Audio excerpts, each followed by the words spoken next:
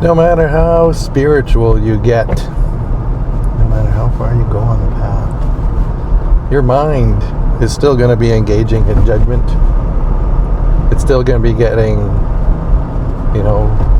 hooked by what might be negative or what might be perceived as negative. You're still going to get sucked into life, no matter what you do, no matter how spiritual you get. The only time that might not be true, and I'm even going to put a caveat on that, because if you live in a monastery, you're reducing, you're trying to, in a synthetic way, reduce the impact of real life on you, of humanity on you. But even in the middle of a monastery, one of the other monks could piss you off someday. It doesn't matter what you do, you can't avoid life. And no matter how spiritual you get, your mind is still going to get caught by negative things. It's still going to engage in judgment. It's still going to be saying, this is good, that's bad, you should go there, you should avoid that. The mind lives in its own matrix, in its own realm, its own quantum field. And that matrix is designed to help the mind evolve, right? In the same way, this world, this physical matrix that we live in, is designed to help our physical bodies evolve, right? And then the spiritual quantum world is designed in a way to help us spiritually evolve, But the way the mind evolves is through that matrix of the mind, that ability for it to get caught by something it perceives as negative and put meaning onto it when there is no meaning there.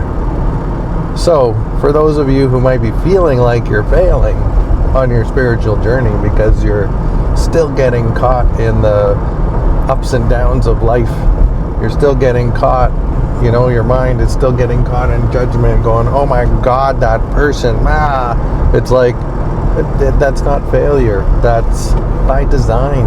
It's by design. So just know that you're doing what you're supposed to be doing. Spirituality is all about having a conscious awareness of why you might be doing what you're doing. Not to stop yourself from doing it, but so you don't get so caught up in it that you lose yourself, you lose who you are in it. That's the point of spirituality, is to be able to live a human life, what we're here to do, what we're here to live to do, with the mind in its own matrix, the body in its own matrix, the spirit in its own matrix, learning and growing and evolving. And you can't do that by avoiding life.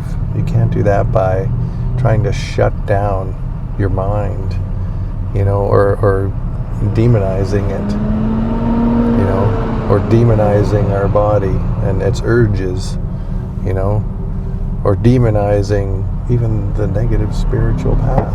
It's all there for a reason, and our job is to live life and grow and experience. And the point of spirituality is that it makes it easier for us to do that. It makes us more conscious of who we are, so that we can actually make choices that reflect accurately who we are, and then we can live a life that feels more filled with contentment.